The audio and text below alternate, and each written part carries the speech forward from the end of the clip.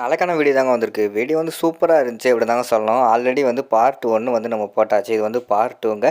இந்த வீடியோல பார்த்துக்கிட்டோம்னா, நம்ம சாரதா இருக்காங்கல்ல, சாரதா வந்து பாரதி வந்து வீட்ட விட்டு விரட்டுறாங்க அப்படி தாங்க சொல்லணும். அதெல்லாம் பார்க்குறக்கும் சேனலை மட்டும் மறக்காம லைக் அண்ட் சப்ஸ்கிரைப் மட்டும் பண்ணிருங்க. ஃபர்ஸ்ட் எடுத்த உடனேயுமே வந்து நம்ம அழகரோட அம்மா இருக்காங்கல்ல, அவங்க வந்து சொல்றாங்க, "என்ன இருந்தாலும் நீதாம்மா எனக்கு வந்து மருமகளா வரணும்" அப்படின்னு சொல்லிட்டு அவங்க கழுத்துல இருந்து ஒரு செயின் எல்லாம் கழட்டி போட்டுட்டு, "சரிம்மா நான் வந்து கிளம்புறேன். கார் வந்துருச்சுன்னு நினைக்கிறேன்" அப்படின்னு சொல்லிட்டு அந்த இடத்துலேருந்து கிளம்புறாங்க. அப்போ எங்க பொண்ண எப்போ உங்கள் வீட்டுக்கு கூட்டு போறீங்க அப்படின்னு சொல்லிட்டு பாட்டி வந்து கேட்குறாங்க. நீங்கள் ஒன்றும் கவலைப்படாதீங்க. எனக்கு ஓகே தான். அவங்க அப்பா தான் வந்து கொஞ்சம் கோவத்தில் இருக்காரு. நான் கோவத்தை வந்து சரி பண்ணிவிட்டு வீட்டுக்கு சீக்கிரமாக கூட்டு போயிடுறேன் அப்படிங்கிற மாதிரி சொல்கிறாங்க. இங்கிட்டு பார்த்தா தர்மலிங்கம் வந்து யோசிச்சுக்கிட்டே இருக்காரு. என்னடா நம்ம ஒரு பிளான் போட்டால் அது நடக்கவே மாட்டேக்கு. ஆதிக்கு பிளான் போட்டால் அது அப்படியே நடக்கு. அழகருக்கு பிளான் போட்டால் மட்டும் நடக்கவே மாட்டேக்கே அப்படின்னு சொல்லிட்டு அவங்க ஒரு பக்கம் வந்து கோவத்தில் இருக்கிற மாதிரி தான் காட்டிக்கிட்டு இருக்காங்க. அடுத்த சீனில் பார்த்துக்கிட்டோம்னா நம்ம பாரதியும் தமிழும் தூங்கிட்டு இருக்காங்க. அந்த நேரத்தில் பார்த்துட்டா பாரதிக்கு வந்து வீசிங் ப்ராப்ளம் வந்துடுது. டக்குன்னு வந்து மூச்சு ஒரு மாதிரி விட முடியாமல் அப்படியே திணறி திணறி விட கத்த ஆரம்பிச்சிடுறாங்க. பாரதி வந்து டக்குன்னு எந்திக்காங்க. ஐயோ வீசிங் வந்துருச்சா, டேப்லெட் கொடுக்கணும் அப்படின்னு சொல்லிட்டு கதவை வந்து ஓப்பன் பண்ணுறாங்க. பார்த்தா சாரதா வந்து கதவை வந்து வெளியில் பூட்டி வச்சுட்டு அவங்க பாட்டில் வெளியில் தூங்க ஆரம்பிச்சிடுறாங்க. கதவை தரங்கன்னு சொல்லிட்டு அவனுக்குள்ளே வந்து பாரதி வந்து கத்திக்கிட்டே இருக்காங்க. அதுக்கடுத்து சாரதா வந்து கொஞ்சம் நேரம் கழித்து வந்து திறக்காங்க. திறந்த உடனே விறுவிறுன்னு கோவத்தில் போய் ஃபஸ்ட்டு வந்து டேப்லெட்டை எடுத்து பாரதிகிட்ட கொடுத்துட்றாங்க. கொடுத்துட்டு அவங்கள வந்து தூங்க வச்சிடுறாங்க. அப்போ தான் வந்து நம்ம சாரதா வந்து பார்க்குறாங்க. ஐயோ தமிழுக்கு வந்து இப்படி ஆயிடுச்சே அப்படின்னு சொல்லிட்டு அவங்க அந்த இடத்துல ஃபீல் பண்ணிக்கிட்டு இருக்கிற மாதிரி தான் காட்டுறாங்க. அடுத்து வந்து நம்ம பாரதி இருக்காங்கல்ல, பாரதி வந்து கதவை பூட்டிட்டு வெளியில் வராங்க. என்னம்மா நினச்சிக்கிட்டு இருக்கீங்க, எதுக்கு இப்போ கதவை பூட்டினீங்க தேவையில்லாமல் அப்படிங்கிற மாதிரி வந்து சொல்கிறாங்க. ஆமாம் நீ பாட்டில் வந்து ஏதாவது பண்ணிக்கிட்டேன்னா நான் என்ன பண்ணுறது, எனக்கு வந்து என்னோட பேரன் முக்கியமில்ல அப்படிங்கிற மாதிரி சொல்கிறாங்க. உங்களுக்கு உங்களோட பேரன் முக்கியம்னா எனக்கு ஏன் குழந்தை முக்கியம் இல்லையா, அவளுக்கு தான் வீசிங் பிரச்சனை இருக்குது அப்படின்னு சொல்லிட்டு உங்களுக்கு தெரியாதா, அப்படி இருக்கும்போது நீங்கள் எதுக்கு வந்து இப்போ வந்து நீங்கள் கதவை பூட்டினீங்க அப்படின்னு சொல்லிட்டு கோவப்படுறாங்க. இங்கே பாருங்கள், என்ன பண்ணாலும் நீங்கள் பண்ணது தப்பு. நீங்கள் கதவை பூட்டியிருக்கக்கூடாது. நாங்கள் வந்து எந்த நேரத்தில் எப்போனாலும் வெளியே வர்றதுக்கு என்ன பண்ணுறது, நீங்கள் எதுக்கு கதவை பூட்டினீங்க அப்படின்னு சொல்லிட்டு பாரதி வந்து டென்ஷனாக பேசிக்கிட்டு இருக்காங்க.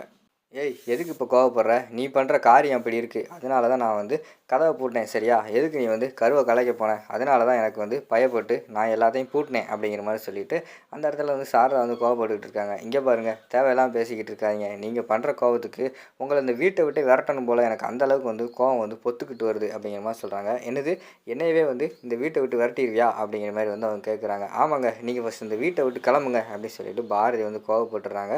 பாரதி நல்லா முடிவெடுத்து தான் பேசுறியா, நான் இந்த வீட்டை விட்டு போகணுமா சொல்லு அப்படிங்கிற மாதிரி கேட்குறாங்க. நான் நல்லா முடிவு எடுத்துட்டேன். இனிமேல் நீங்கள் வீட்டில் இருந்தால் இது சரிப்பட்டு வராது. நீங்கள் உடனே வந்து இந்த வீட்டை விட்டு கிளம்பி ஆகணும். உடனே உங்கள் பெட்டி படுக்கையெல்லாம் எடுத்துகிட்டு நீங்கள் போங்க அப்படின்னு சொல்லிட்டு கோவப்பட ஆரம்பிச்சிடுறாங்க.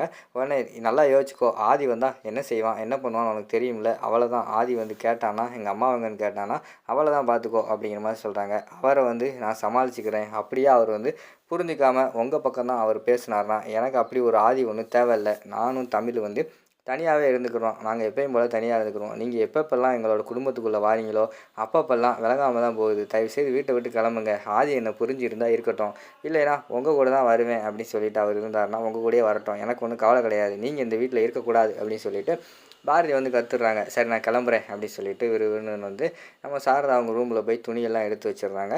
எடுத்து வச்சுட்டு பேக் எடுத்துகிட்டு வெளியில் போக போகிறாங்க. அந்த நேரத்தில் வந்து நம்ம ஆண்டாளோட அம்மா இருக்காங்கல்ல லட்சுமி, அவங்க வந்து வந்துடுறாங்க. அம்மா என்னம்மா நைட் நேரத்தில் வந்துக்கிட்டு வீட்டை விட்டு வெளியே போகிறீங்க, என்ன பிரச்சனை அப்படிங்கிற மாதிரி கேட்டவொடனையும் அதை பாரதி கிட்ட போய் கேளுங்க, அவள் தான் வந்து என்னை வீட்டை விட்டு போக சொன்னா அப்படிங்கிற மாதிரி சொல்கிறாங்க. உடனே என்னம்மா பாரதி இப்படியெல்லாம் பண்ணிக்கிட்டு இருக்க, வயசான காலத்தில் மிட் நைட்டில் ஒரு ஆளை வந்து வெளியில் அனுப்பலாமா அப்படிங்கிற மாதிரி சொல்கிறாங்க.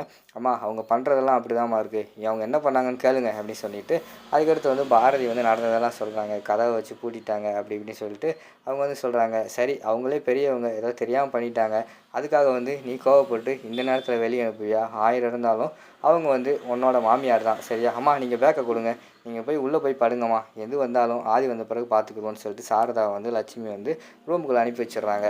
அடுத்து வந்து பாரதிக்கு வந்து அறிவுரை சொல்கிறாங்க. என்ன பாரதி இப்படி பண்ணிக்கிட்டு இருக்க, என்ன தான் அவங்க மேலே தப்பு இருந்தாலும் கடைசியில் வந்து நீ வீட்டை விட்டு வெளியில் போக சொன்னையில அதுதான் கடைசியில் வந்து நிற்கும் சரியா. அதனால் வந்து உன் மேலே நியாயம் இருக்குது, அது எனக்கு என்னமோ தெரியுது. இப்போதைக்கு வந்து நீ அவங்கள வந்து வீட்டை விட்டு அனுப்பக்கூடாது. இதே பிரச்சனை வந்து ஆதி ஊர்லேருந்து வந்து இந்த பிரச்சனைலாம் தெரிஞ்சுன்னு வச்சுக்கோமே, கடைசியில் நீ வீட்டை விட்டு அனுப்புனேல அதுதான் ஃபஸ்ட்டு வந்து நிற்கும். அதனால் உனக்கு தான் கெட்ட பேர் இருக்கும். இவ்வளோ விஷயம் உன் மேலே நல்லது இருந்தோம், அந்த ஒரு கெட்ட பேர் நீ வாங்க போறியா? எதுவாக இருந்தாலும் இப்போ ஆதி வந்த பிறகு பேசிக்கலாமா, இப்போதைக்கு எதுவுமே கோவப்படாத சரியா அப்படின்னு சொல்லிட்டு பாரதியை வந்து அந்த இடத்துல வந்து லட்சுமி வந்து சமாதானப்படுத்துகிற மாதிரி தான் காட்டுறாங்க. அதோட பார்த்துக்கிட்டிங்கன்னா அந்த செகண்ட் பார்ட்டை வந்து முடிச்சிடுறாங்க.